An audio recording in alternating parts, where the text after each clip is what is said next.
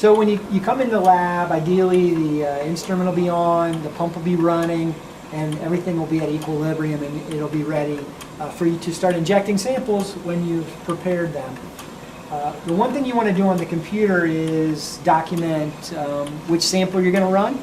It does not know what sample you're running, and if you enter it into the computer, then it'll be on the data files and the printouts, and that just makes things nice in the long run. So to do that on the software, from this method and run control screen, which is the main screen, under run control, it's sample information or sample info. If I go to that screen, this is where you can do things like put your initials in as the operator, pick the subdirectory you want the data to go to.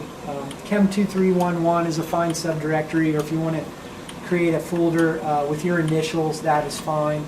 But here it says sample name. That's where you would type in something like standard 1, for example, or Mountain Dew sample, whatever the sample is, but that way your data is identified. That's really the main thing to do, and once you've entered that sample name or the standard name, if you just click OK, we come back to this screen here, and we're ready to make an injection. Okay, so this is now the process of injecting a sample.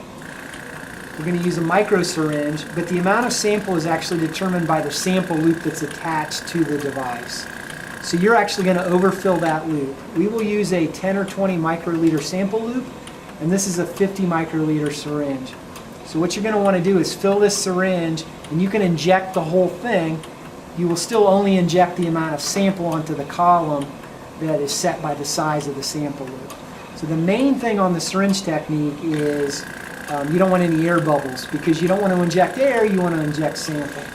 Okay, so the typical thing would be with a solvent or the next sample you're going to run, it's always good practice to rinse the syringe. So this is simply some distilled water for demonstration purposes. So I'm going to fill and empty the syringe a couple of times. And we have this waste beaker over here I'm using. So I'll do that 3 times. And then again, now this is now my sample, same distilled water. And put the syringe down in here, and the main thing is to expel any air bubbles, and to do that often just a little pumping up and down. And we want to fill the entire syringe with the sample. Okay, again, the volume in here isn't critical. Sometimes there's be a tiny little air bubble close to the plunger. That's okay if you can't get rid of it. We're just not going to inject so far so that air bubble actually leaves the tip of the needle. Okay? So with no air bubbles or a very small air bubble, you're in good shape. Right? The next step is to get this ready. This is our where we're going to inject the sample. There's 2 positions. They are labeled, load and inject. This is all the way down in the inject position. To load the sample, obviously I want to go to load, so I just rotate. It's about 1/4 of a turn, but it stops. Okay, so just go to the full stop. In this case, up and to the left to the load position. The syringe with the sample or standard goes in the center port, so there's a little port here that the syringe goes into, and it goes in all the way, and again until you feel a stop. You can't push it any further.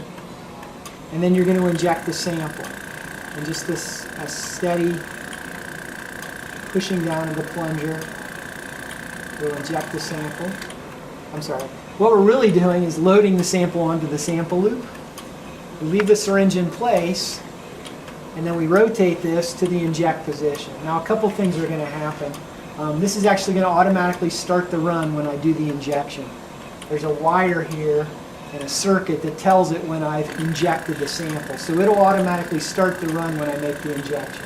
So again, having filled the loop, to inject that sample that you put on the loop, you simply rotate to the inject position, again just a full stop, and then over here it should go from ready or waiting or something like that to run in progress. These sample runs will take anywhere from 5 to 10 minutes. The method is already set up. Once the previous sample is done running, you can make your next injection.